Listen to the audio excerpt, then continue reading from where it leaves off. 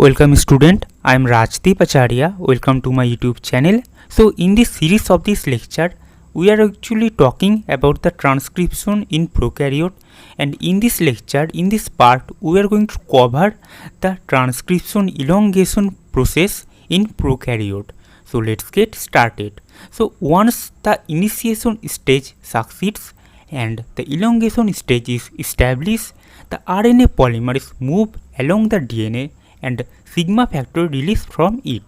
The sigma factor block the region from where the newly synthesized mRNA will exit the RNA polymerase, so it is important to release the sigma factor.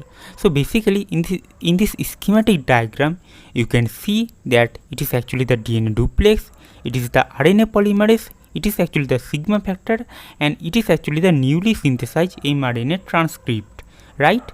So it is very important to release the sigma factor from the RNA polymerase because the sigma factor actually block the region from where the mRNA transcript will exit the RNA polymerase.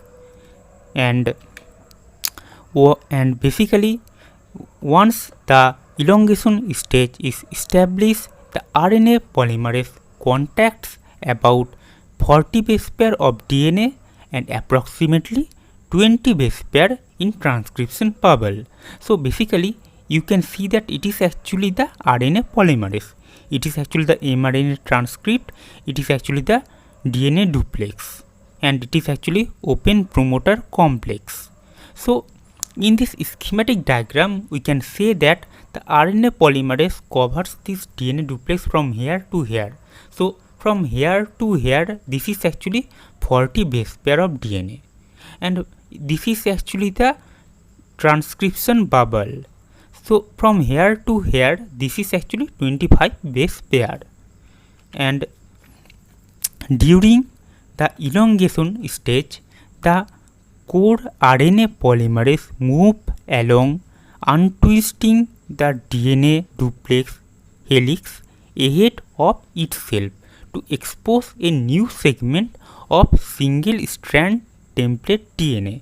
Behind the untwisted region, the two DNA strands reform into double strand DNA. So you can see that these are actually the untwisted. These are actually the twisted form, and these are actually the untwisted, right? This is actually the open promoter complex or open binary complex. So basically when the RNA polymerase will move in one direction, it will start to untwist the double helix twisted form of DNA so that a new segment of NTPS, a new mRNA transcript will form from this site, so that the RNA polymerase will move and it will untwist the DNA duplex, and so that a new mRNA transcript will be able to generate, right? So you can see that if it untwist, then it will be single strand, then one NTPS will add at this side, then a new mRNA transcript will be generated, right? So that's all. And after that, those regions which are actually behind from the RNA polymerase, this untwisted double helix DNA will again reform into double strand DNA. They will join again, and basically within the untwisted region about 9 RNA nucleotide are base paired to the DNA in a temporary RNA DNA hybrid. The rest of the new synthesized RNA exits the enzyme as a single strand. The correct nucleotides are sequentially added to the 3' minus OH of the growing RNA chain. So you can see that the correct nucleotides are sequentially added to the 3' OH of growing chain. So these are actually the nucleotides that are added to the 3' of the growing RNA chain. So it is actually DNA, right? and this is actually the RNA.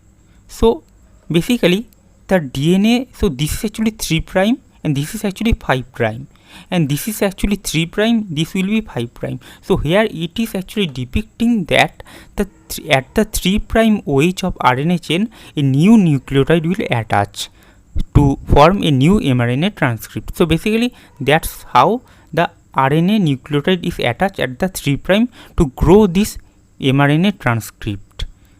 That's all. So it was our today's lecture. I hope this lecture helped you to know the basic concept about the elongation of transcription in prokaryote. In the upcoming days we are coming with another lecture on termination, and I hope